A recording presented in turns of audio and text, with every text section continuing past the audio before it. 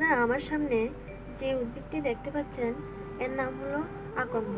এটি একটি ঔষধি উদ্ভিদ। এই গাছটির বৈজ্ঞানিক নাম হলো ক্যালোট্রোপিস জিগান্টিয়া। এটি একটি গুল্ম জাতীয় উদ্ভিদ। এটি 3 থেকে 4 মিটার উঁচু হয়ে থাকে। এটি 2 ধরনের হয়ে থাকে, লাল আকন্দ এবং সাদা আকন্দ।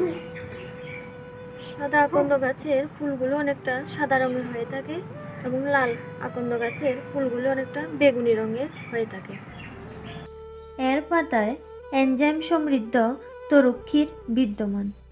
এতে বিভিন্ন গ্লাইকোসাইড, বিটা অ্যামাইরিন ও স্টিগমা স্টেরলও আছে। ওষুধ হিসাবে এই গাছের অনেক ভেষজ ব্যবহার রয়েছে। এই গাছের ব্যবহার্য অংশগুলি হলো ছাল, পাতা, মূল ও কষ।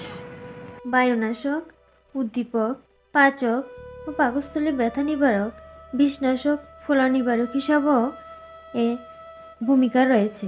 প্লীহা, দাঁত, সুদ, অশ্ব, কৃমি ও শ্বাসকষ্টে এই পাতা খুব উপকারী। ব্রণ, কোষ্ঠকাঠিন্য, বুকে কফ, খুসপাসরা, একজিমায় আকন্দের পাতা, কাণ্ড ও মূলের ব্যবহার রয়েছে।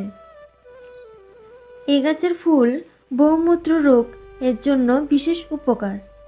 খেলতে গিয়ে বা পড়ে গেলে যদি পা মচকে যায় তখন এই গাছের পাতা গরম করে সেঁক দিলে ব্যথাস্থানে ব্যথা কমে যায়।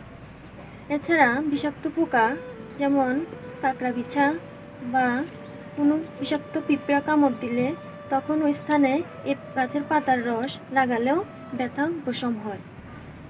এই ওষুধি গাছ হারিয়ে যেতে বসেছে, তাই আমাদের উচিত এই গাছটিকে সংরক্ষণ করা। নমস্কার।